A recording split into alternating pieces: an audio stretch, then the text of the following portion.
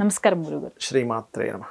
సింహరాశి వారికి అక్టోబర్ మాసంలో ఎలా ఉండబోతుంది సార్? వీరికి మనకి 2వ తేదీ గ్రహణం పడుతుంది కాబట్టి ఒక 40 డేస్ వరకు లగ్నాధిపతి వెళ్ళి 2వ స్థానంలో ఉంటూ గ్రహణంలో ఉంటున్నాడు కాబట్టి ఫైనాన్షియల్ మ్యాటర్స్ అందులో పర్టికులర్గా బంధువర్గంలోని లేదా తండ్రి గారికి సంబంధించిన ఫైనాన్స్ మ్యాటర్స్ సంబంధించిన విషయాల్లోని కొంత జాగ్రత్తగా ఉండాలి. ప్రాపర్టీస్ అమ్మే విషయంలో కానీ కొనుగోలు చేసే విషయం అలానే ఫైనాన్షియల్గా ఎలా ఉండబోతుంది? ఎటువంటి ప్రాపర్టీ కొనుగోలు చేయాలన్నా కూడా మీరు 20వ తేదీ లోపలే కొనుక్కోవడం మంచిది. 20వ తేదీ దాటితే మాత్రం కొనొద్దని చెప్తా. ఒక 4-5 months వరకు కొంచెం అనుకూలమైన స్థితి లేదు. అందులో పర్టికులర్గా ఫస్ట్ 20వ తేదీ తర్వాత ఒక 1 month అసలు పాజిటివ్గా లేదు. ఎందుకంటే కుజుడు మళ్ళీ వక్రించేదాకా పాజిటివ్గా ఉండదు. అది అక్కడ 12లో కుజుడు నీచపడుతున్నందుకు. ఇక ఫైనాన్స్ అయితే ఇందాక నేను చెప్పినట్టుగా కొంచెం జాగ్రత్తగానే ఉండాలి. బికాజ్ ఆఫ్ సెకండ్ హౌస్ గ్రహణం కదా, మనకి ఇక్కడ లేకపోయినా కూడా దాని ప్రభావం కొంత ఉంటుంది 40 days వరకు కూడా. ఓకే, వీరికి హెల్త్ కండిషన్ ఎలా ఉండబోతుంది? హెల్త్ అంటే ఇక్కడ మనం 4వ స్థానాన్ని 6వ స్థానాన్ని తీసుకుంటాం. 4వ అధిపతి 6వ అధిపతి పరస్పర వీక్షణలు ఉన్నాయి 28th తర్వాత. సో అందుకని ఏంటంటే బ్యాక్ పెయిన్స్ ఎక్కువగా వస్తుంటాయి వీళ్ళకి. బ్యాక్ పెయిన్ రావడం, ఏదో ఒక పెయిన్, నొప్పి, ఇట్లాంటి పెయిన్స్ అనేవి అనుభవిస్తుంటారు, బాడీ పెయిన్స్. నేనేమంటే ఇట్లాంటి సమయాల్లో వెళ్ళి జిమ్ చేయడం, ఇట్లాంటి ఎక్సర్సైజ్ చేయండి అంట. ఎందుకంటే ఆ రూపంలో పోతుంది. ఇక్కడ ఏంటంటే ఎప్పుడు కూడా ప్లానెట్ మీకు ఫలానా స్ట్రెస్ని ఇవ్వాలని ఉంటుంది. మీరు ఆ స్ట్రెస్ని మీకు మీరుగా తీసుకుంటే అది ఇవ్వదు. మళ్ళీ ఇంకా అక్కడ ఆల్రెడీ కర్మ అనుభవిస్తున్నాడులే అనేటువంటిది ఖాతాలోకి వెళ్తుంది. అది వీరికి మ్యారేజ్ అలానే సంతాన విషయంలో ఎలా ఉండబోతుంది సార్? మ్యారేజ్ విషయంలో కనుక తీసుకుంటే 7వ స్థానంలో శని ఉన్నాడండి. సో ఎప్పుడైతే ఈ 7వ శని ఉన్నాడో కొంచెం ఈ సమయంలో వీళ్ళు ఎంపిక చేసుకునే జీవిత భాగస్వామి విషయంలో కొంచెం లేట్ అవ్వడం, అంటే వీళ్ళు ఒకే చెప్పిన అవతల వాళ్ళు వెంటనే చెప్పకపోవడము, ఇది లేట్ అవుతూ ఉంటుంది ప్రాసెస్. ఒకటి కొంచెం మొండి వాళ్ళు రావడం, అవతల వాళ్ళు కొన్ని విషయాల్లో స్ట్రిక్ట్గా ఉండడం, కొన్ని విషయాల్లో వెంటనే వాళ్ళు స్పందించకపోవడం, ఇట్లాంటివి చూస్తుంటారు వీళ్ళు. ఓకే. అండ్ సంతానం విషయంలో కనుక చూసుకుంటే ఇక్కడ సంతానం పాజిటివ్ ఉంది చెప్పాలంటే సంతానం విషయంలో. కాకపోతే కొన్ని వ్యతిరేకతలు కూడా ఎదుర్కొంటారు సంతానం విషయంలో ఈ టైంలో. ఎందుకంటే ఇక్కడ పంచమాధిపతి ఎవరైతే ఉన్నారో గురువు 10వ స్థానంలో ఉన్నాడు, కానీ దానికి ప్రొసీడింగ్ హౌజెస్లో నీచబడ్డ కుజుడు ఉండేసరికి అది కొంచెం ముందుకు మూవ్ అవడానికి కొంచెం స్ట్రెస్ఫుల్గా ఉంటుంటుంది కొన్ని విషయాల్లో సంతానం విషయంలో. అది వీరికి జాబ్ అలానే బిజినెస్ పరంగా ఎలా ఉండబోతుంది సార్? జాబ్ పరంగా చూసుకుంటే 10th లార్డ్ ఎవరైతే ఉన్నారో శుక్రుడు 4వ స్థానంలో ఉన్నాడు. రియల్ ఎస్టేట్ రంగాలు, అదేవిధంగా అగ్రికల్చరు, కొంతమంది చూడండి ఈ ఏదైనా వెహికల్స్ రిలేటెడ్ ఉంటాయి, శుక్రుడు వెహికల్స్ కారకుడు కాబట్టి ఇట్లాంటి రంగాల్లో ఆఫ్టర్ 10th తర్వాత చాలా బాగుంది చెప్పాలంటే, అందులో ఎటువంటి సందేహం లేదు. ఈ రాశి వారు ముఖ్యంగా తీసుకోవాల్సిన జాగ్రత్తలు అలానే పరిహారాలు ఏంటి సార్? జాగ్రత్తలు కనుక చూసుకున్నట్లయితే పర్టికులర్గా వీరికి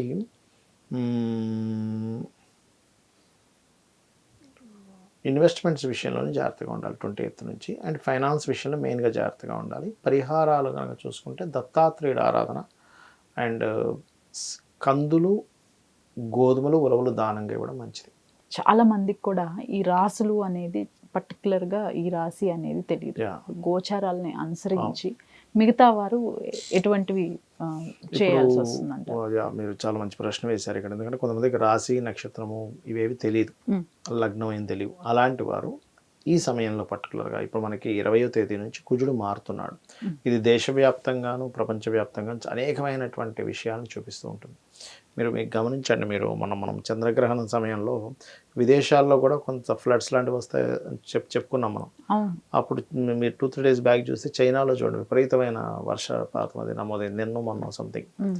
అంటే ఇక్కడ ఏంటంటే నేను అనేది ఏంటంటే ఎప్పుడైనా సరే ఈ కుజుడు నీచబడ్డ శనిని చూస్తున్నా లేదా రాహు సంబంధించిన ప్రభావం ఎక్కువ ఉన్నప్పుడు ఏమవుతాయంటే కొంచెం గతంతో పోల్చుకుంటే ఇప్పుడు కొంత జనాల్లో వ్యతిరేకతలు కానివ్వండి, కొంత అల్లర్లు, కొంతవరకు ఈ ప్రభావం ఏదైతే స్ట్రెస్ఫుల్ని ఇచ్చేటువంటి ప్రభావాలు పెరుగుతూ ఉంటాయి లోకంలో. అందులో పర్టికులర్గా కుజుడు శనిని చూస్తున్నాడు కాబట్టి అందరూ జాగ్రత్త పడవలసిన విషయం ఏంటంటే కెరియర్ రిలేటెడ్ సంబంధించిన విషయాల్లో తొందరపాటు నిర్ణయాలు తీసుకోవద్దని చెప్తాను. ఎందుకు సాటర్న్ మీద కుజుడు దృష్టి ఉంది ఇప్పుడు ప్రజెంట్, అందుకని అదొకటి మెయిన్. అండ్ అలాగే కొంత ప్రభుత్వాల మీద, రాజకీయ నాయకుల మీద కూడా వ్యతిరేకత బాగా పెరుగుతుంది రాబోయే 2-3 monthsలో. ఇంకా ఆల్రెడీ 1 month నుంచి దాని ప్రభావం ఉందని ఎప్పటి నుంచి చెప్తూ వస్తున్నాం, ఇంకా పెరగనుంది.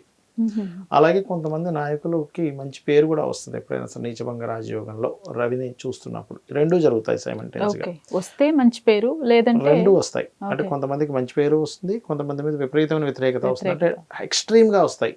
ఏ పేరు వచ్చినా. ఎక్స్ట్రీమ్లో వస్తుంది, వ్యతిరేకత ఎక్స్ట్రీమ్లో వస్తుంది. ఎందుకంటే ఎక్స్ట్రీమ్గా ఇచ్చే ప్లానెట్స్ రెండు పరస్పరం నీచంలో ఉన్నప్పుడు అనమాట. ఇది పర్టికులర్గా జరుగుతుంది. అయితే ఇక్కడ నేను చెప్పేది ఒకటే, సామాన్య ప్రజలు వాళ్ళకి డేట్ ఆఫ్ బర్త్ లేవు, టైం లేదు, ప్లేస్ లేదు అనుకునేటువంటి వారు ముఖ్యంగా గోశాలకు వెళ్ళి గోవులకి క్యారెట్లు, బెల్లము తినిపించండి. ఇది మెయిన్గా చూసుకోండి. నవగ్రహాల్లో కుజ శని గ్రహాల దగ్గర దీపారాధన చేయండి. ఏదేమైనప్పటికీ కూడా మనకి నవరాత్రులు కూడా వస్తున్నాయి, నెక్స్ట్ సూర్యగ్రహణం కూడా వస్తుంది. సో నేను అనేది ఏంటంటే సూర్యగ్రహణం రోజు అదేవిధంగా అదే రోజు మనకి మహాలయ అమావాస్య కూడా ఉంది. మహాలయ అమావాస్య ఉన్నందుకు పితృదేవతలకి పిండ ప్రదానాలు, లేనట్లయితే తిలలు వదలడము, లేనట్లయితే స్వయం పాకం ఇవ్వడము చేయండి. రెండవది ఏంటంటే దేవీ నవరాత్రులు వస్తున్నాయి కాబట్టి మనకి ఖచ్చితంగా వీలున్నంత మటుకు నవరాత్రులు చేసుకోవడానికి ట్రై చేయండి. బికాజ్ ఆఫ్ యమద్రంష్టికలు అంటారు ఈ సమయాన్ని. అంటే యముడి యొక్క కోరలు తెరిచుండేటువంటి కాలంగా చెప్తూ ఉంటారు. అంటే మీరు గమనించినట్లయితే ఈ సమయంలోనే కొంచెం బాగా ఏజ్డ్ పర్సన్స్ కావచ్చు, కొంచెం రోగంలో ఉండేటువంటి వారికి కావచ్చు ఎఫెక్ట్ ఇస్తుంది. అందుకని నవరాత్రులు చేసుకోమని చెప్తారు. నవరాత్రులు కనుక ఎవరైతే చేస్తారో వాళ్ళకి అమ్మవారి రక్షణ ద్వారా ఈ ప్రభావం అనేటువంటి తగ్గుతుంది. మనకు అదిగాక క్రోధినామ సంవత్సరం, క్రోధినామ సంవత్సరం యొక్క ప్రభావం ఉంటుంది. ఈ కుజుడు నీచబడి శనిని చూసే ప్రభావం ఉంటుంది. కాస్త 2 గ్రహణాలు కూడా జరిగాయి ఈ మధ్యకాలంలో. అంటే నెక్స్ట్ సూర్యగ్రహణం రాబోతుంది, చంద్రుడు అయ్యారు, సూర్యుడు రాబోతుంది.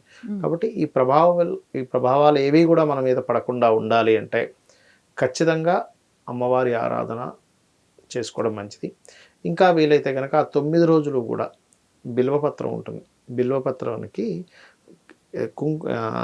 చందనము అంటే ఎర్ర చందనము రాసి దాంతో కనుక అమ్మవారి ఆరాధన కనుక చేసుకున్నట్లయితే బాగుంటుంది. సరే, ఇప్పుడు మీరు చెప్పినవి సరిపోతాయా, లేకపోతే పర్సనల్ చార్ట్ ఏమన్నా చూసుకోవాల్సి వస్తుందా? ఎప్పుడైనా అమ్మ గోచారం అనేది ఒక 10% 15% ప్రభావం ఎప్పుడు కూడా. ఓకే, ఎప్పుడు పర్సనల్ చార్టే. ఎందుకంటే చూడండి, ఒక వ్యాపారంలో కొంతమంది బాగా రాణిస్తే కొంతమంది రాణించరు. ఎందుకు అంటే దానికి కారణాలు అనేకం ఉంటాయి. కానీ ఆ పర్సనల్ చార్ట్లో ఈ వ్యక్తికి వ్యాపారం యోగించే జాతకాలు బాగా యోగిస్తాయి. ఇప్పుడు ఇంకా చిన్న ఎగ్జాంపుల్ చెప్తాను చూడండి. ఒక క్లాస్లో టీచర్ అందరికీ ఒకలాగే చెప్తుంది, కానీ ఒకళ్ళు మాత్రం బాగా బ్రిలియంట్ స్టూడెంట్ అవుతారు, ఒకళ్ళు ఏమి చదవరు. దానికి కారణం న్యాచురల్గా చూస్తే మనం శ్రద్ధ పెడుతున్నారు, శ్రద్ధ పెట్టట్లేదు అంటాం. కానీ శ్రద్ధ పెట్టడానికి గల కారణం ఏంటని జ్యోతిషశాస్త్రం చెప్తుంది. వీడు టీచర్ చెప్పేది వీళ్ళు వింటున్నారు, ఈ అబ్బాయి వినట్లేదు, అందుకని వీడు బ్రిలియంట్ అయ్యాడు, వీడు అవ్వలేదు అంటాం. కానీ ఎందుకు వింటున్నాడు, ఎందుకు వినట్లేదని చెప్పడానికి పర్సనల్ చార్ట్. ఎందుకంటే వినే వ్యక్తికి 4th హౌస్ చాలా బాగుంటుంది, వినటువంటి పిల్లవాడికి 4th హౌస్ సరిగా బాగోదు. ఒక స్కూల్కి తీసుకెళ్ళి మనం అందరి డేట్ ఆఫ్ బర్త్లు తీసుకొని అందులో క్లియర్గా డే టు టైం ఉంటే వీళ్ళు బాగా చదువుతారు, వీళ్ళు బాగా చదవరు అని చెప్పేసి ఒక చార్ట్ చూసి మనం అంటే ఏమిటి, దీని అర్థం ఏమిటి, మన పర్సనల్ చార్ట్ మన పూర్వజన్మ కర్మతో సంబంధం కలిగి ఉంటుంది. మీరు ఎదగలేకపోతున్నారంటే మీ లగ్నం పాడైంది, మీకు ధనం సరిగ్గా రావట్లేదంటే మీ ధనస్థానాన్ని బాగు చేసుకోవాలి. ఇక్కడ భయపడ్డాం కదా జ్యోతిషాస్త్రం అంటే, దాన్ని ఎట్లా ఇంప్రూవ్ చేసుకోవాలి. ఇప్పుడు చూడండి, బాడీలో మనకి కొలెస్ట్రాల్ పెరిగిందంటే తగ్గించుకుంటున్నాం, లేనట్లయితే బ్లడ్ సెల్స్ హిమోగ్లోబిన్ తగ్గిందంటే దానికి ఏమైనా తీసుకుంటున్నాం. అలాగే బాడీని ఎలా అయితే మనం కాపాడుకుంటామో చార్ట్లో ఓకే మనకి గ్రహాలు ఈ రకంగా ఉన్నాయి కాబట్టి దీన్ని సెట్ చేసుకోవాలి. మనం చేసే ప్రయత్నాలు సక్సెస్ అవ్వట్లేదంటే 3rd హౌస్, చదువు పిల్లలకి చదువు రావట్లేదంటే 4th హౌస్, సంతానం కలగట్లేదంటే 5th హౌస్, వివాహం అవ్వట్లేదంటే 7వ స్థానం. డైలీ మనం చేసేటువంటి కర్మలు ఎప్పుడు ఇబ్బంది ఎందుకు పడుతున్నాము అన్నప్పుడు 6th హౌస్ బాగోదు, పూర్వజన్మ కర్మస్థానం అంటారు 6వ స్థానాన్ని. అలాగే మనకి ఉద్యోగంలో బాగుంటుందా, వ్యాపారంలో బాగుంటుందా అంటే 10th హౌస్ బలంగా ఉంటే ఉద్యోగం, 11th హౌస్ బలంగా ఉంటే వ్యాపారం, బుధుడు బాగుంటే వ్యాపారం, శని బాగుంటే ఉద్యోగం, అట్లా అనమాట. ఆ రకంగా ఎప్పుడు ఇన్వెస్ట్మెంట్ చేయాలి, ఎప్పుడు ఎటువంటి టర్నింగ్ పాయింట్స్ వస్తాయి అన్నీ కూడా జ్యోతిషశాస్త్రంలో మనకి పర్సనల్ చార్ట్లోనే ఉంటుంది. ఇదేంటంటే జస్ట్ ఇప్పుడు ఉండేటువంటి పరిస్థితి, ఇప్పుడు ఇక్కడ నుంచి నేను ఇంటికి వెళ్ళాలి, బాగా ట్రాఫిక్ ఉంటే గంటన్నర పట్టవచ్చు. మొన్న వర్షం పడింది, నేను కొండాపూర్ నుంచి ఇంటికి వెళ్ళడానికి 4 hours పట్టింది. అదే నార్మల్గా పొద్దున్నే నేను 6 o'clock అప్పుడు కార్ వేసుకుని వచ్చామనుకోండి, మనకు 30-40 నిమిషాల్లో వచ్చేస్తాం.